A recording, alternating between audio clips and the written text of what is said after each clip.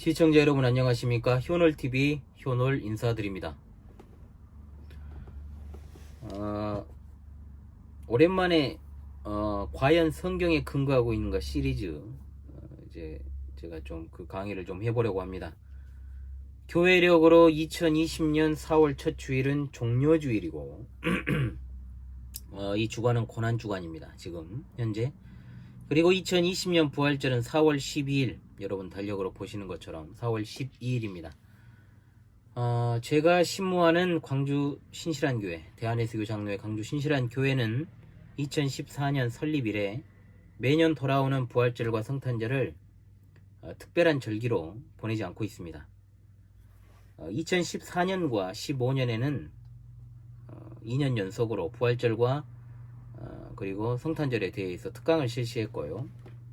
2016년도부터 19년도까지는 강의를 하지 않았다가 올 초에 동계신앙수련회에서 오랜만에 다룬 것을 기점으로 이번에 부활절을 앞두고 유튜브에 처음으로 이 영상을 올리게 되었습니다.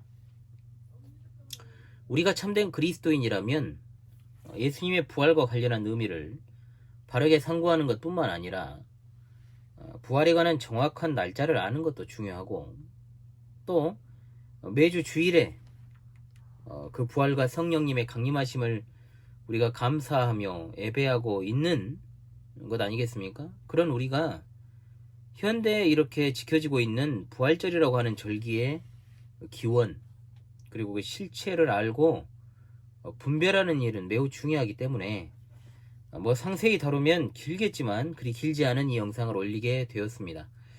이 영상의 내용은 상당수가 세계 최초로 고대 히브리 달력을 복원하시는 것에 성공하신 안병삼 목사님의 연구가 그대로 녹아 들어있다는 것을 알려드리고 그 외 부수적인 것들은 제가 관련 저자들의 책과 그리고 자료를 참고해서 전달하기 용이하게 편집했음을 미리 밝혀둡니다. 자, 그렇다면 현대의 부활절과 관련해서 이번에 과연 성경에 근거한 것인가 딱 2번의 강의만을 진행할 것입니다. 그리고 교회력상으로 올해 4월 12일 이제 오는 주일이죠. 여기까지 그 시간을 넘기지 않고 이제 올리도록 할 것입니다. 이번 시간에 다룰 내용은 현대의 부활절이 왜 고정되어 있지 않고 매년 바뀌는가? 매년 바뀌어요. 그리고 현대의 부활절의 유래와 그 용어를 통해서 이제 알 수 있는 부활절의 실체를 갖다가 표면적으로 접근을 하는 그런 시도를 지금 해보려고 합니다. 그렇다면 첫 번째로 이제 다룰 주제는 이겁니다. 뭐냐? 왜 오늘날의 현대의 부활절은 고정되지 않고 매년 바뀌냐 이 말이에요. 오늘날 교회들이 철수까지 지키는 부활절은 매년 바뀝니다. 왜 그럴까요? 그것은 현대 교회가 지키고 있는 부활절이 충분히 지나고 보름달이 뜨고 나서 첫 번째 돌아오는 날이라는 공식에 의해서 지켜지기 때문입니다. 자, 작년 2019년 춘분점은 3월 21일이었습니다. 달력을 확인하시면 됩니다.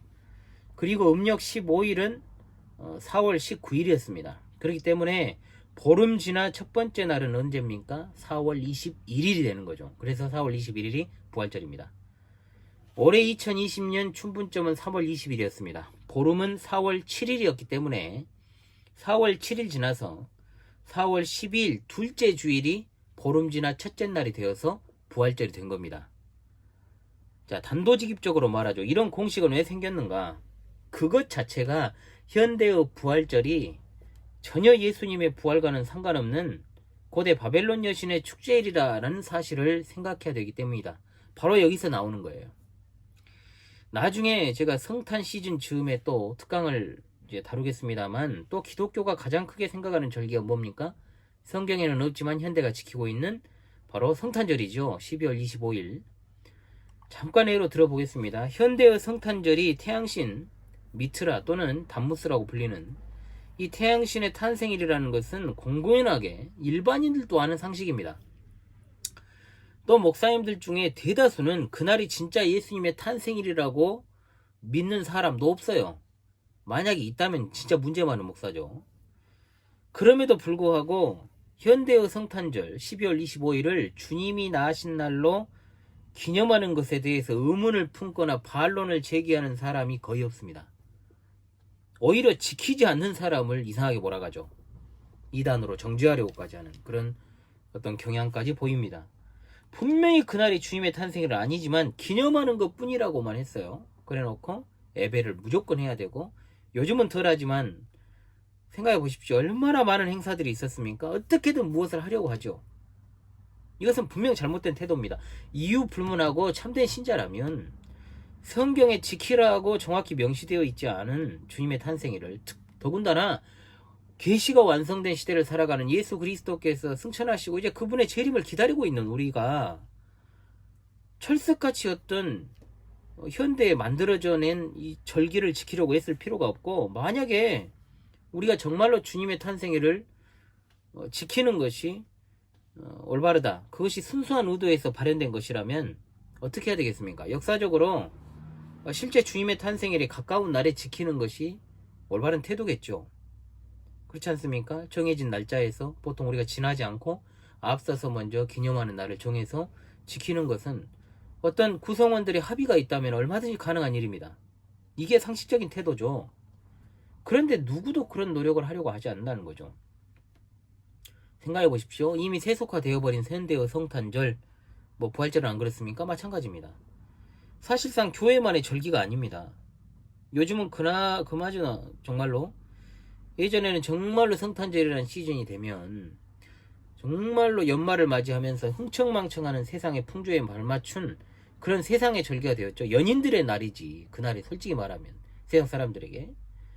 요즘은 그마저도 얼어붙은 시장 경제, 경기로 성탄절 마케팅도 이제 통하지 않는 시대가 됐습니다. 그래도 교회들은 열심히 그날을 어떻게든 지키고 있습니다.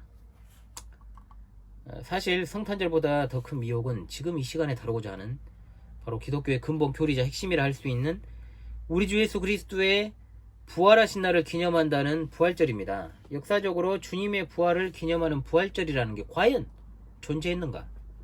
그리고 어떻게 현대에 오면서 서두에 말씀드린 대로 바벨론 여신의 축제일이 주님의 부활절로 둔갑을 해가지고 바벨론 여신의 축제일을 교회들이 부활절로 지키고 있는가? 여기에 대해서 잠깐 고찰해 보도록 하겠습니다. 자, 그렇다면 먼저 현대 부활절의 유래를 한번 보죠.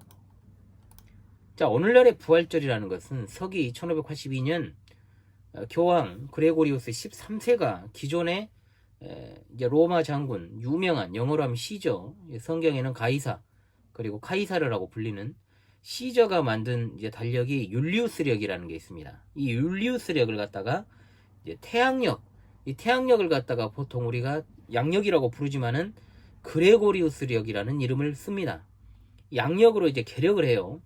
그러면서 바벨론의 여신이었던, 보통 통상적으로 이슈타르라고 불리우는, 또는 이슈타라고도 하고 아스타로시다라고 하고 이스터라고도 하고, 실주인공은 바벨론의 이제 세미라미스입니다만, 이 이슈타르의 축제를 고정을 딱 시키려고 이제 그 기점이 되는 춘분점, 자, 춘분점이 뭡니까?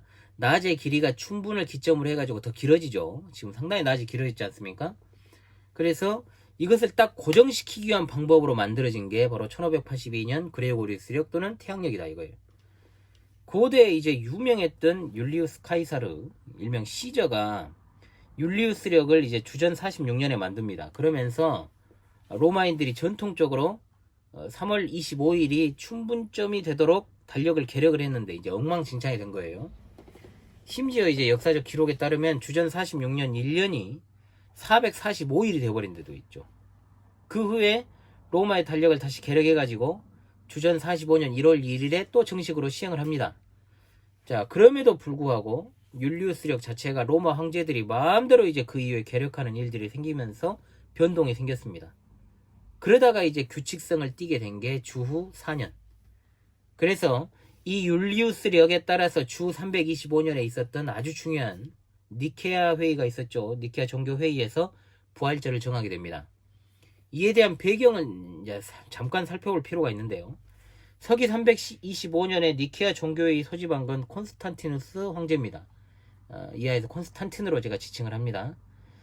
그런데 콘스탄틴 황제는 제가 예전에도 설명한 것처럼 태양신 숭배자였습니다. 그러니까 그가 부활절을 지정할 때는 예수님의 부활절을 지정한 게 아니고 로마인들이 전통적으로 지켜오던 이시타르의 축제일을 충분히 지나고 나서 보름달이 뜨고 나서 첫 번째 돌아오는 날에 지키도록 고정을 시키고, 마치 이것이 예수님이 부활하신 날처럼 둔갑을 시켜서 부활절로 제정시킨 거예요. 콘스탄틴은 아시다시피 죽을 때까지 태양신 숭배자로 살다 죽었고요. 자기 맛대로 그냥 기독교를 개조하려고 했던 인물입니다. 정통 기독교인들을 실제로 많이 죽였죠. 마치 인정해 주는 것 같다고 하면서 아타나시우스를 니케아 종교회의 이후에 이제 축출해가지고 유배를 보내기도 했습니다. 또한 니케아 회의에서 부활절과 더불어서 주일을 결정합니다. 주일을 결정하게 되는데, 오늘날 니케아 회의 때 그리스도의 부활을 기념하는 부활절과 주님의 날인 주일이 결정되었다라고 생각하는 사람들이 있어요. 참 무식한 사람들이죠. 그러나 실제로 그가 정한 것은 로마인들이 전통적으로 지켜오던 바벨론 여신의 축제일, 이시타르 여신의 축제일과 태양신의 날로서 썬데이라고 우리가 부르는 태양신의 날로서의 일요일을 정한 것에 불과하다. 그래서 오늘날의 안식교도들은 개신교인들이 태양신의 날인 사탄의 날을 지키고 있다라고 이렇게 비난하잖아요. 여러분 그들의 책자를 조금만 봐십시오. 그걸 분명히 지적하고 있습니다. 우리 동네에도 안식교도들이 많은데 어찌되었든 그 사람들은 그 전에 역사 공부를 더 하고 와야 되겠죠. 초대교회 성도들로부터 매주의 첫날은 언제나 예배의 날로 지켜오는 것이 기독교의 전통이었습니다. 로마의 시저가 개혁한 율리우스력은 현재 지금 러시아에서 그대로 사용하고 있습니다.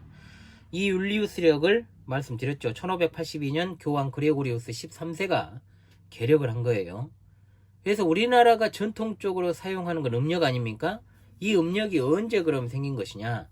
고려시대와 조선조 초기에 우리나라에 많은 이슬람 상인들이 들어왔습니다. 그래서 그 이슬람력을 우리가 받아들이게 되었고, 세종대왕 때 1432년이죠. 우리 실정에 맞게 개력해서 사용한 것이 유대력, 즉 음력입니다. 그래서 이 이슬람력을 받아들여 사용한 것이 우리의 음력이기 때문에 우리 달의 길이가 유대의 종교력과 같은 거예요. 이것을 이제 칠정산 외편이다 이렇게 부르고 있죠. 자, 그렇다면은 이러한 역사적 배경을 조금 우리가 생각해 본 다음에 지금 이제 생각해야 될 것은 현대 부활절이란 용어가 어떤가, 그 유래에 대해서 한번 생각해 보자는 것이죠. 부활절 영어가 이스터입니다. 이스터. 자, 이 이스터라는 말이 킹 제임스 성경에 한번 나옵니다. 사도행전 12장 4절에 나오는 6월절을 이스터로 번역을 했어요. 자, 6월절의 헬라어는 파스카라는 말이 있습니다. 그래서 영어의 부활절과는 아무 상관이 없다. 6월절에 해당하는 영어는 패스오버가 있습니다. 패스오버. 자, 이 말이 있습니다. 콘스탄티누스가 부활절을 제정하기 전에는 초대교회에서 6월절이란 이름으로 사도들이 직접 제정한 건 아니에요. 그렇지만 그리스도인임을 고백하는 많은 사람들에 의해서 이 6월절이 예수 그리스도의 죽으심과 부활하심을 기념하기 위해서 지켜졌다는 것이죠. 어떤 경해진 규례에 의해서가 아니고 자연적으로. 그래서 그리스도께서 십자가에 못 박히신 날이 유대교의 6월절 예비일이었지 않습니까? 그렇기 때문에 동일한 때 그것이 거행이 된 겁니다. 우상 숭배와는 전혀 관련이 없었죠. 또 이 축제 전에 사순절이란 기간 같은 것도 없어요. 사순절은 40일을 가리키는 말입니다. 초대교회 당시에는 전혀 없었다는 거죠. 이스터라는 말은 바벨론 여신의 기원을 두는 것입니다. 여러분 생각해 보십시오. 어떻게 이스터가 부활절이란 말이 될 수 있었는가? 의문을 품지 않았다면 문제가 있는 겁니다. 이 이스터라는 말은 낮과 봄에 떠오르는 빛의 여신의 이름으로부터 나왔다. 여러분 이것은 인터넷으로 검색만 해봐도 다 나오는 내용들입니다. 그걸 안 해요. 그런데 그걸 이스터, 에오스트레, 오스테라, 아스타르테, 이슈타르, 아까 말씀드렸던 이 현대적 표현이고요. 두 개의 바빌론 저자 알렉산더 히슬롭은 이 중에 마지막에 등장하는 이슈타르라는 말이 오늘날 우리가 발음하고 있는 이스터의 유래가 되었다라고 밝히고 있습니다. 자, 이런 용어적인 것까지 이번 시간에는 현대 부활절의 유래, 그 가운데 표면적인 것에 대해서만 공부했습니다. 이제 다음 시간에 이제 특강을 2번만 한다 그랬습니다. 다음 시간에는 부활절만 되면 나누는 저는 그렇게 반합니다. 그놈의 계란 나누기, 이것의 유래와 그리고 일출 예배, 뭐 요즘 좀 덜하긴 합니다만, 그리고 사순절의 실체에 대해서 간략히 다루고 현대 부활절 과연 성경에 근거하고 있는가의 시간을 마치도록 하겠습니다. 지금까지 시청해 주셔서 참으로 감사합니다.